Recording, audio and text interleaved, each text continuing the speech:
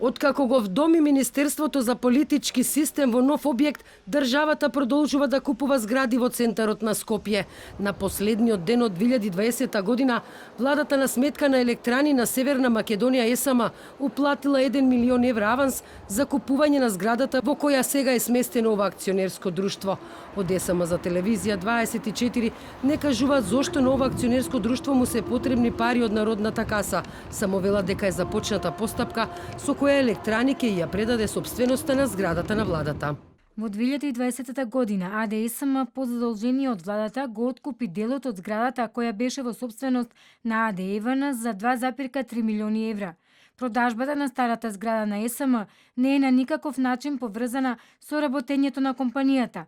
Зградата е во состојба во која се потребни инвестиции како за внатрешно функционирање, така и за надворешниот дел на објектот. Ниту од ЕСМ, ниту од владата не кажуваат колку точно чини објектот во најстрогиот центар на Скопје и велат дека останатите пари ќе бидат исплатени на денот на склучување на договорот.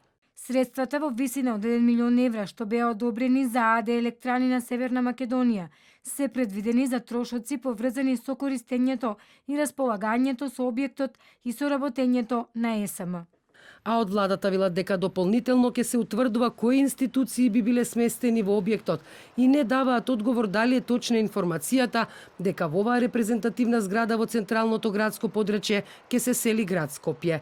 Но одговорот се насетува во постапките на Советот на градот, кој во октомври минатата година донесе одлука за распишување на јавен оглас преку кој ќе се прибираат понуди за купување деловен објект. Во условите меѓу другото е утврдено имотот да биде на просторот во Малринг, токму онаму каде што сега се наоѓа зградата на ЕСМ.